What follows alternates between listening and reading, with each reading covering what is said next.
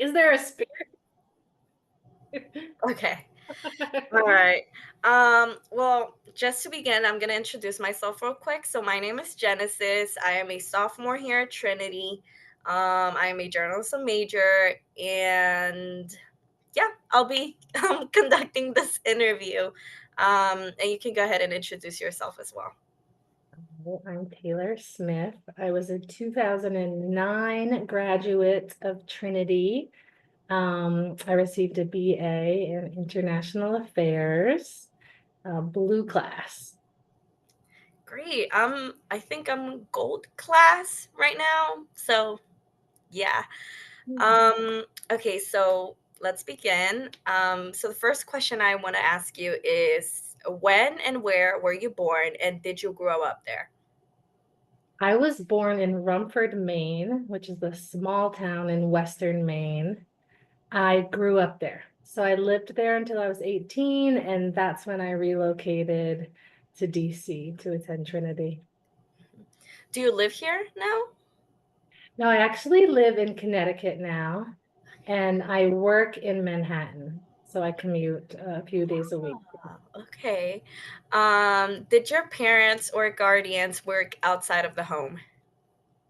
Yep, they both worked outside of the home. My mom was a RN for over 35 years in the operating room, and my dad worked at a local paper mill maintaining some of the machines there. So Ah. both very much sort of middle class working parents. And then what do you remember about the home you were raised in? We moved around a couple of times. So we had different homes. I have some really fond memories of one of my early childhood homes. It was like a 3-bedroom house on a side street, and my mother had flower pots in all of the windows, gorgeous peonies and other flowers that she would take care of all summer long, and it was beautiful. Um, and then when I was in high school, I got to live on a street near my best friend. So I definitely remember those years with sleepover parties, going back and forth between my house and my best friend's house was like the best. Yeah. Um, the next question is how would you describe your childhood and teenage years prior to college? In teenage years. Growing up in a small town, you kind of know everybody and everybody knows you, for better or for worse. So it can be great in times when you need support or need a ride home from school. Um, and then it can be a little annoying when everybody knows your business or your family's business. My graduating class in high school was about 120 kids. So we all knew each other and we were pretty tight knit. Um, and then, yeah, I played basketball and lacrosse in high school, so I was pretty active in sports. I didn't continue at Trinity because I wanted to focus more sort of on my studies and internships and things like that. But I really enjoyed growing up in small town Maine. I feel like it allowed me to make lifelong friends that I still stay in touch with today. Um, and there's a lot less like pretension growing up in a small town. It's less about like what you're wearing or your image and more about kind of like being a good friend and just kind of like having fun together and really valuing people, not what they can do for you, but um, how you can support one another. And I really appreciate that about some of my high school friends that I still stay in touch with today. Yeah, I was gonna say I can definitely relate to the small town thing. I've I've mostly lived in Dundalk, Maryland, which is it's pretty small. My graduating class was also about like I think between 120, 150, maybe 200. Not too sure on that. Okay. Yeah, everybody knew each other, um, and everybody knew everybody's business. um, Hmm. so yeah, the next question I wanted to ask is, what did you want to be when you grew up? So when I was younger, I wanted to be a hairdresser. I definitely got in trouble a few times as a little girl for cutting my friend's hair. I definitely wanted to be a hairdresser. And at one point, I guess I told my mom that I was going to move to New York City. Ultimately, that came true. I did live there for about 8 years. I guess I was sort of mad at her one day. I was like maybe 5 or 6 years old, and she said, I told her I was going to run away, and she said, "Oh, where are you going to go?" And I said, New York City. And she said, "Well, how are you going to get to New York City?" And I said, "A school bus." So I had a plan for hitching a ride on a school bus to New York City, apparently. But maybe that was a little bit of prophecy because I did move there when I was like 22. And I only recently moved out to Connecticut last year. Um, I think growing up, though, sort of in my teenage years, I was very much unsure of what I wanted to do. I knew the field that interested me. I knew that I was really inspired by development work. I knew that I wanted to expand my worldview. I knew I wanted exposure to different cultures outside of my own. I think growing up in a largely homogenous, rural, predominantly white town in Western Maine, it just had me craving like more diversity in my life. Um, so I had a cousin who studied international relations at American University. And when I learned of that major, I thought, oh, okay, like this could be it. There were so many different directions I could take with that type of degree. So when I enrolled at Trinity, I wasn't exactly sure sort of what track I might take, but I knew that I would have some time to explore that in my classes and then of course early career too. So that's what I feel like was calling me. Mhm. Yeah, and I guess that brings me to my next question, which is, what brought you to Trinity, and was it your first choice for college? What brought me to Trinity? So I knew I wanted to study international affairs. Um, I had applied also to American University and a school in New Hampshire. Um, I got accepted to Trinity and to the school in New Hampshire. Trinity gave me the best scholarship package. Um, I visited the summer before freshman year with my mom, and that's kind of when we fell in love with the school. And we got the tour and we stayed in Main Hall for a couple of nights and toured campus and toured around DC. It just felt very welcoming, very safe, and there was just sort of this energy in the air, even of the summertime, of it being like just a historic, empowering place for women.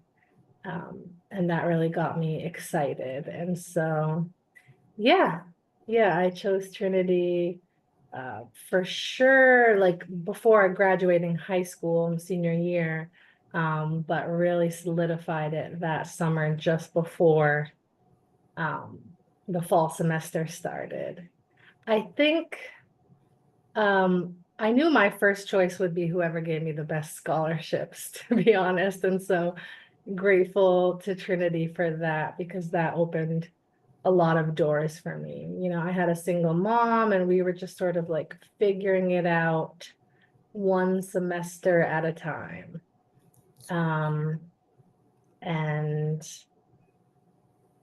I think I knew I wanted to be in DC because of the opportunities that I would have for internships and just exposure to the international policy world. Yeah. And how much did you learn about Trinity's history while you were a student? Quite a bit, quite a bit. I really loved hearing about the Sisters of Notre Dame buying the plot of land next to Catholic University and starting their own women's college when they were unable to enroll at Catholic University. I thought that was just such a badass founding story. And yeah, just all of the work of the sisters over the year and the legacy of some of our really well-known alumni and how they would still come to the school and speak or give us access to opportunities like going to President Obama's second inauguration.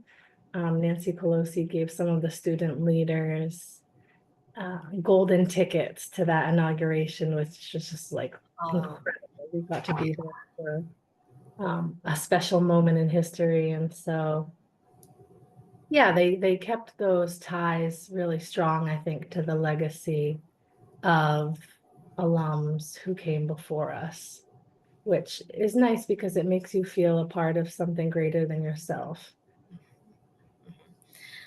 were you the first person in your family to attend college? I was not, but my mom was. So she was the first um, out of her side of the family to go to school for nursing. And so I think I might have been the first grandchild to attend college on my mom's side of the family. And my dad didn't attend college. He went straight into working at the mill after high school.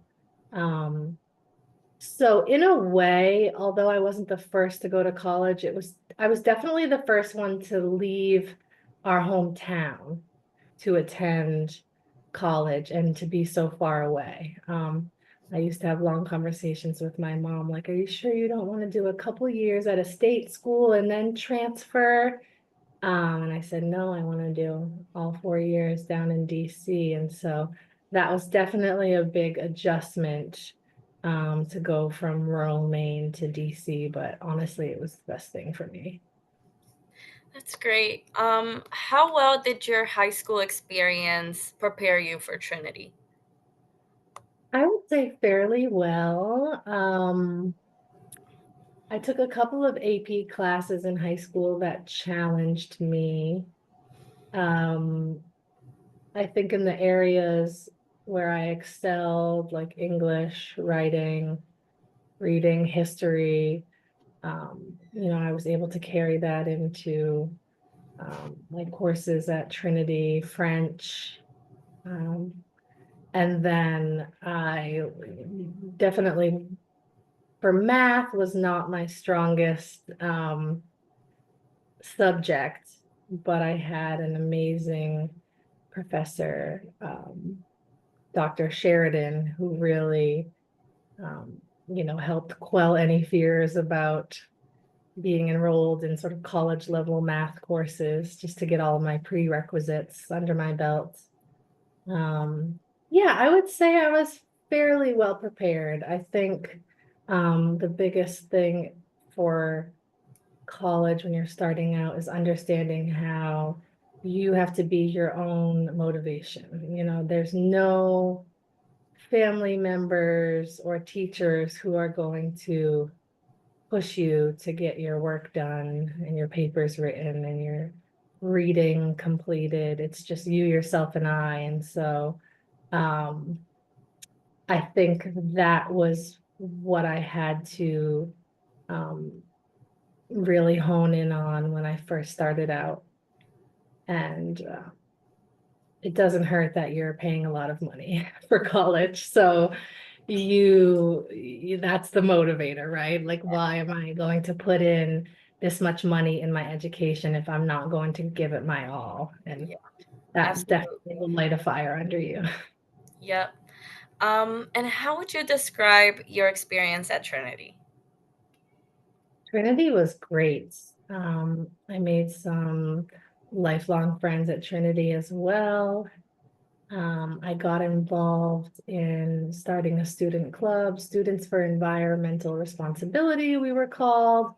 So tried to be pretty active on campus with starting like recycling initiatives and other kind of awareness campaigns around primarily climate change, which became kind of front and center for me while I was studying at Trinity. And I was busy. On top of my classwork, I was working downtown in Chinatown at a little cupcake shop called Red Velvet. So I was there part-time and back and forth between Trinity and Chinatown. Um, but I got to bring home the extra cupcakes every night to the dorms. And so I became known as the free cupcake girl because I hated throwing them out. I didn't want them to go to waste. But eventually people were like, no more cupcakes. Like, it's too much. They're delicious though. Um, yeah, overall, Trinity, I think, is a very special place for young women to receive their education. It was very supportive. I still talk to some of my professors and some of the deans and administration to this day. Of course, it means a lot to me if I'm willing to be on the alumni board. Like, I really want to stay involved in keeping alums connected, figuring out how we can support other recent grads and alums, and yeah, just be a part of that legacy of doing good in the world. I think that's what Trinity is really great at instilling in young women. And so I think if it weren't for Trinity, I could have gone a totally different direction in my career in terms of, whether or not I chose to be in a field of public service or nonprofits versus, at a large corporation. Um, and I'm definitely glad that I chose the path that I did because it's been so fulfilling. And I feel blessed that I get to still be doing work that, um, you know, my degree helped prepare me for, which not everyone can say. Oftentimes we kind of veer in a lot of different directions throughout our career. Not to say that 10 years from now, I wouldn't be doing something totally different, but up until now, I've still stayed kind of in that international development space, which has been nice. Um, how were race relations at Trinity when you were a student? Race relations. I would say, I know personally my background was coming from like small town Maine. And so I definitely needed that exposure to like different experiences and backgrounds and cultures. But most of us got along great. I remember one time um, we were getting ready for a night out and we were doing each other's hair. And one of the girls down the hall came and she was doing my hair and she was like, let's put some curls in it. And I said, okay, sounds great. And she was using a curling iron. And then, so she was black and one of her girlfriends came in and she was like, hey, what are you doing to her hair? And she was like, oh, I'm just greasing it before I curl it. And her friend was like, you don't need to do that to her hair. Like it will just weigh it down and make it kind of greasy. So we had all these like cross-cultural exchanges around hair and makeup and clothes and I don't know, preferences and guys. And um yeah, I think we connected quickly across um, all of our different backgrounds. So we mixed in well together. I mean, when you're all living together, one big dorm, you have no choice but to kind of become fast friends, right? And so I would say my friend group We had Latina women, Black women, Asian women, all of us. And I think that I value that experience so much for just preparing me for going out into the real world and what will it be like in a professional setting, right? Because you work with people from all different backgrounds. And so having that cultural competency is really important. And you might take it for granted when you're in college, but it definitely comes in handy when you're a young professional. For sure. Um, how welcoming was Trinity to gay and queer students when you attended? Hmm. I think it was starting to become more open and accepting. We had a lot of young women who were gay. Whether or not they were open about that, I'm not sure. However, yeah, I don't think anyone had to like hide who they were. Maybe it was just a preference to, be more selective in who they share that with. But I would say it was at a time when Trinity was evolving to adapt to a world and a Catholic church that, was trying to become more open and accepting of the LGBTQ community. I would say it was far from perfect, and there was still a lot of learning to be done. Um, However, I don't think it impeded on anyone's ability to learn. But I do think that there was definitely a push for greater acceptance and openness and transparency, and not just acceptance, but like a celebration of LGBTQ women. Um, yeah, because that term acceptance didn't or still doesn't quite sit well with me. It's like, well, we need to do more than just accept people. We need to make sure that they have equal rights and abilities and access to opportunities. So I think it seems to me like Trinity's made good progress. But I think there's still that tension between sort of Catholicism and, um, you know, the education at Trinity. So yeah, I'd be curious to speak with current students to hear what their opinions are. Did you have a mentor or role model here at Trinity?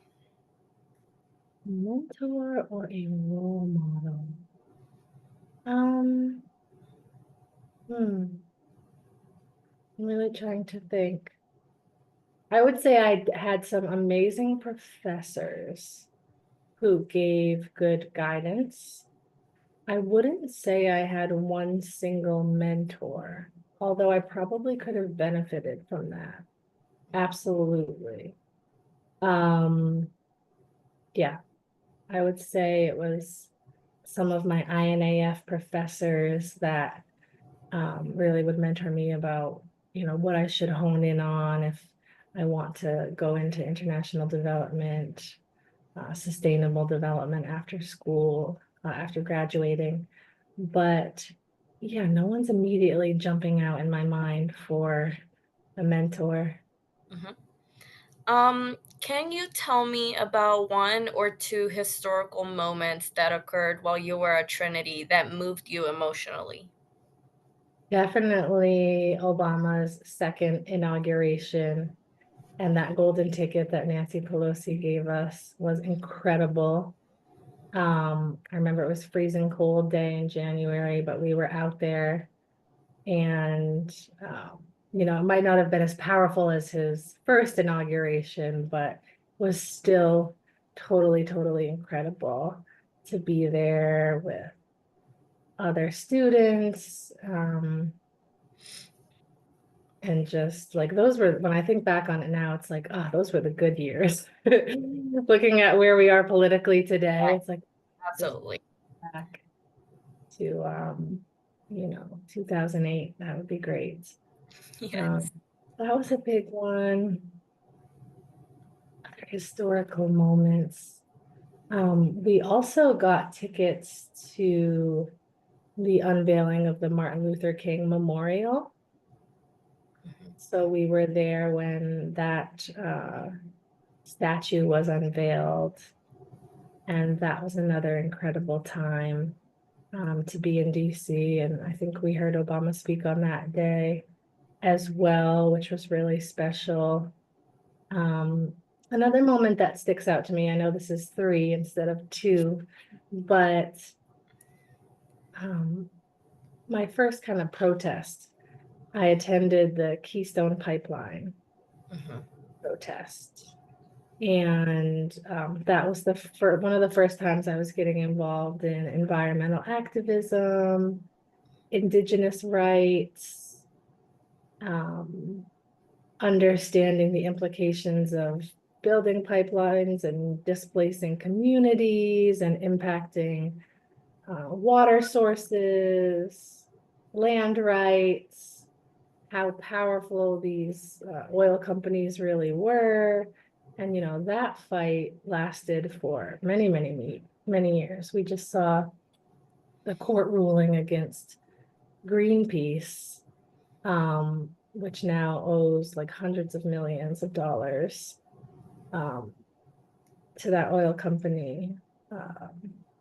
And so, seeing how that's played out now, I just think back to those early days of protests down in front of the US Capitol building, and sometimes how long those fights can take, and how the underdogs are still in that battle today, and what the implications are for nonprofits and activists who do choose to stand up to big oil, what can happen there. And so, yeah, I think for me, attending sort of those protests, that's kind of when I knew I wanted to steer towards nonprofit work, and international development, but maybe not work for the US government, because I still wanted to be able to protest the policies of the US government,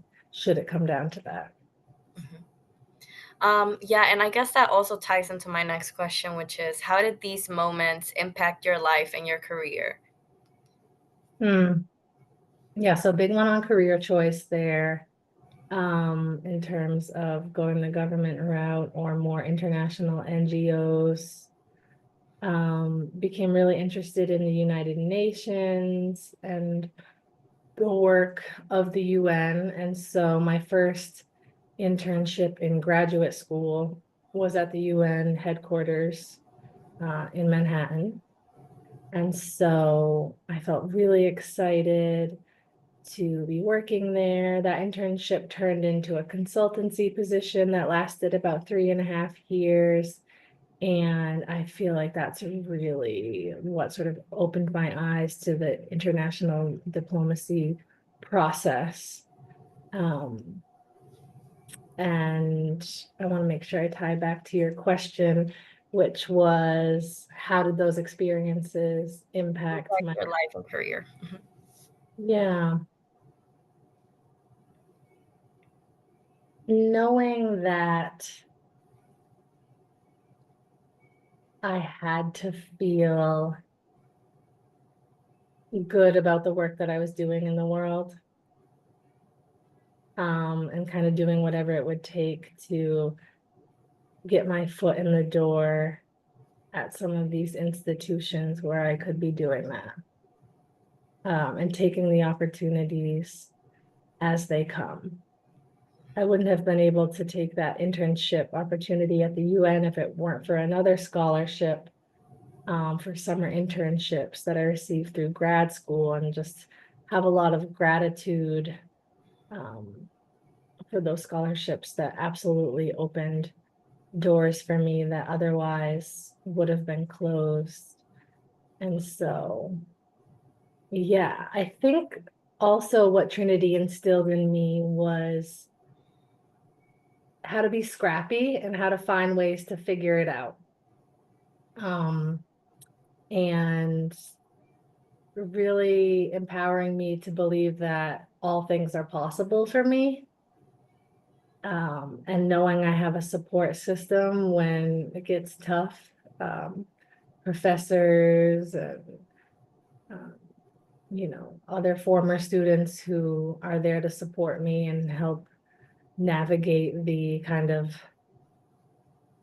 crazy job search when you first get out of school. Yeah.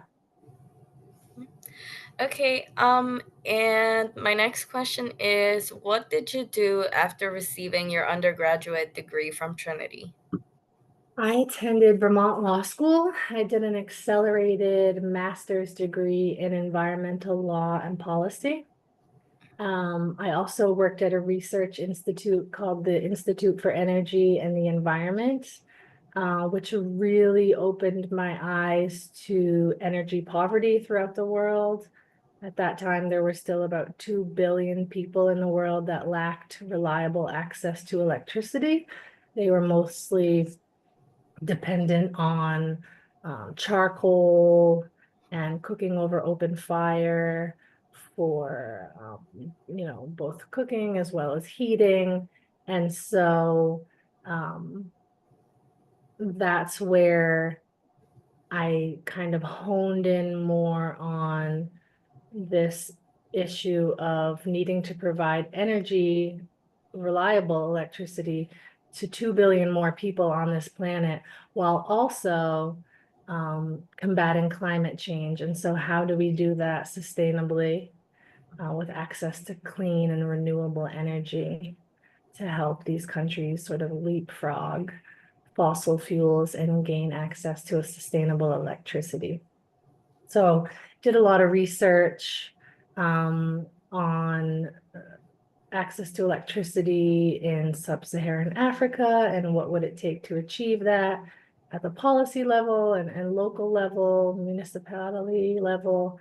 And that research actually led me to that internship at the UN because I worked in the Division for Sustainable Development Goals, focused on Sustainable Development Goal number 7 on access to clean energy. And that was in 2014, so right before the UN adopted the 2030 Agenda for Sustainable Development, and countries were kind of shaping all of the goals, and we were supporting the sort of rollout of Sustainable Development Goal 7 on clean energy and helping countries with like capacity development and regulatory policy for how they would achieve that. So when I started grad school, I thought I might focus more on domestic energy policy, but I quickly got roped back into the international development sphere. And I'm glad I did because it opened up some really interesting doors along the way. And what professional accomplishments are you most proud of? Hmm. I was really proud to come speak at Trinity just a few weeks ago for the Sower Seed lecture. Encouraging students to enter fields of public service was definitely a full circle moment. I was very proud of those early years at the UN, feeling like I got to be at the epicenter of international diplomacy, and the 2030 Agenda for Sustainable Development was really exciting. I think now being at the Rockefeller Foundation, I'm really proud of the work we do through the Global Energy Alliance for People and Planet.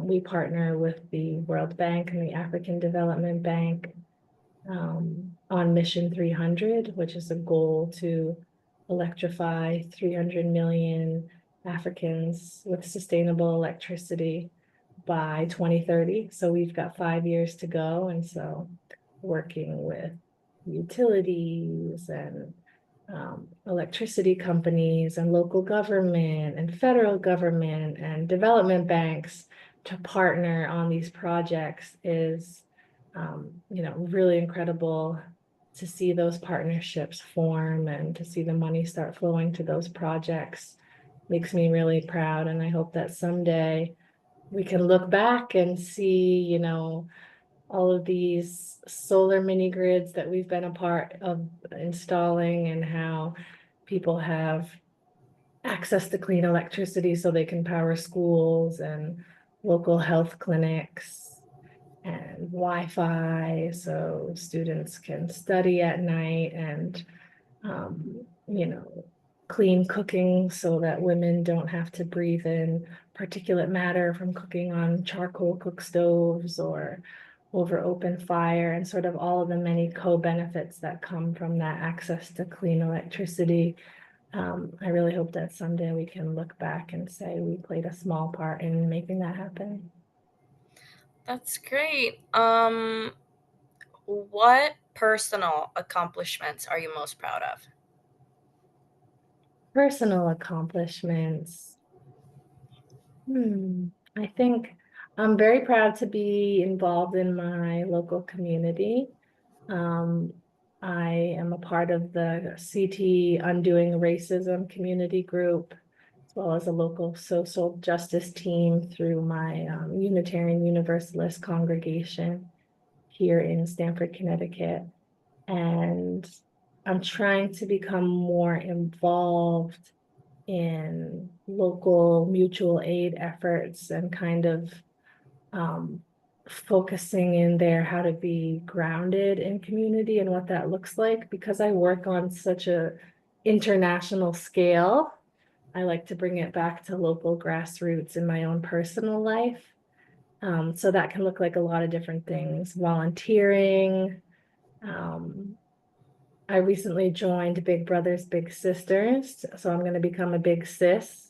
I haven't been matched yet, but I think by this summer I'll be a big sis. And so I'm really looking forward to paying it forward through mentorship. Um, yeah, I think just proud of giving back to my community in the small ways that I can. Um, but oftentimes folks talk about community, and how important that is, especially during this time, but don't always know how to develop and maintain community. And that takes effort and intention, um, and openness and a willingness to understand that sometimes there will be tension, but you work through it. But sort of really being a part of that community that you want to see and bettering it for future generations is, I think, going to be a big focus of mine in the years to come. What kind of legacy do you hope to leave behind? Good question. I hope to leave behind a legacy of kindness and love, as corny as that may sound. Um, and to be known in my community for embodying those things. And I think over time, it shows up in a lot of small ways that add up to something powerful. But for example, starting a little library. I don't know if you've seen those My Little Libraries, they're called, but they look like these little homes that are Oh, sort of yeah. into the ground, and it's like a give a book, take a book model. It's an Mhm. honor system. They're all over the country. There's a big map where you can find any of them in your community. Um, and through the CT Undoing Racism group, we recently, just last month, had one installed in a local park downtown Stamford. And we were intentional about wanting to make it a DEI little library. So promoting books from diverse authors, storytelling, shifting the narrative to minority authors and important stories that are undertold, and sort of proudly promoting it as a DEI library and encouraging folks to donate books that sort of fall under that umbrella. And to see the community participate in it has been so special. And to see it welcomed, especially in a time where our federal government is so anti-DEI. It's sort of our small way of pushing back against that. Um, and that makes me proud that above all, promoting literacy and access to education and access to reading for everyone is the goal. And just finding ways to do that and finding ways to promote it and not being afraid of the consequences of promoting equality and access to education and access to important stories and history during this time. I think there's a lot of institutions right now that are sort of complying and not taking up that fight because of fear of the repercussions. But we're seeing pushback at the grassroots level, and I hope that I can continue to be involved in that work, because I don't want to look back on these years and say I didn't do anything. If I have kids someday and they're learning about this in their history books and they're like, Mommy, what did you do during that administration? I want to be able to have some concrete things I can point to show that each one of us can be involved and we all have the tools and skills to do so. It's just about your network, partnerships, and understanding that you're adding value and you're contributing no matter how big or small. There's other people out there that want to do good as well, and you just need to team up together. Great. And then we have three more questions. So we have, what does the world need to know about Trinity? And what does the world need to know about Trinity alumni? The world needs to know that Trinity is an amazing place for young women to excel, to be safe in their classes and their classrooms, to share ideas, to brainstorm, to dream about their futures. I loved being in classrooms full of women, and I think it helped me build confidence in a really big way that maybe I took for granted while I was in school, but not after graduating. I was like, wow, I'm willing to speak up in a room full of people, whereas, my peers might be more nervous about how they would be perceived or, things along those lines. But Trinity instilled in me that I have a voice and I should use it. And I should use my privilege for good in the world. And I think that's what they should know about alums. So many Trinity women are doing incredible work in the world. We need to stay connected and cheer each other on and understand more about what we're doing and how we can kind of partner to amplify our work. And so that's what I think the world needs to know about Trinity women, is that we might be a small school, but we have a mighty alum network of women who really care about seeing each other succeed, and will help each other sort of climb that ladder. We rise by lifting others, and I think Trinity alums place a high importance on that. What is one vital piece of advice you would give to current and future Trinity students? Final piece of advice. Get those internships, apply for those internships, gain real world experience while you're in school. Learn a lot through interning that you don't necessarily get from the classroom. You turn that theory into practical and tangible experience. And that's so helpful when you're applying for jobs. And it also will help you weed out and suss out what you don't want to be doing. Because you might take an internship and think, oh, this is so boring. I don't like this field or, um, this institution, and it will help you rule out what you don't want so you can better focus on what you do want.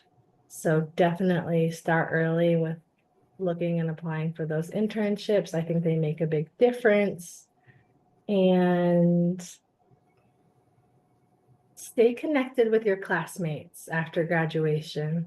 Check in on each other, see how you're doing, send each other jobs, support one another, keep that network strong across your classmates in those early years, because keeping those friends close will blossom into deeper friendships, will blossom into going on vacation together in the summers and becoming the godmother to your friend's baby when they're born, and all kinds of special moments, weddings, baby showers, like watching your friends evolve professionally and personally, in their careers and in motherhood is so, so special. And so maintain those strong ties. You definitely won't regret it.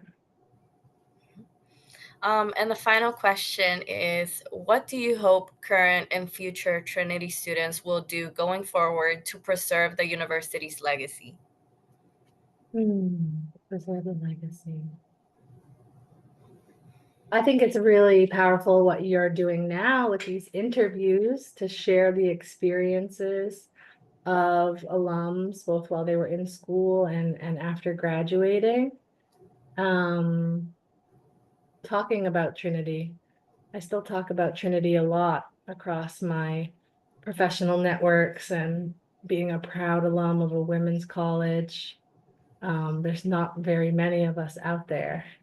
And so I think we can preserve the legacy that way. I often share the founding story a lot because I think it's so amazing what the Sisters of Notre Dame did to start the school. I love sharing that story. When someone hasn't heard of Trinity, I'm just like, well, let me tell you about how that school started, because it's incredible and it's resilient and it was visionary. And so there are just small ways that you can sort of hype Trinity up throughout your life.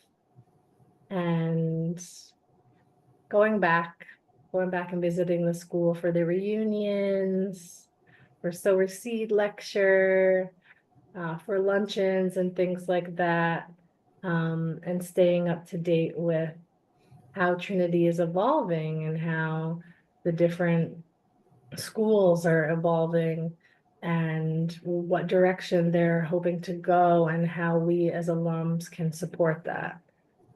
So I believe that preserving the legacy is important, but also making sure that the future of Trinity is secure too is equally important. And I think being on the alumni board, that's part of my job through rallying the alums to get involved with Trinity.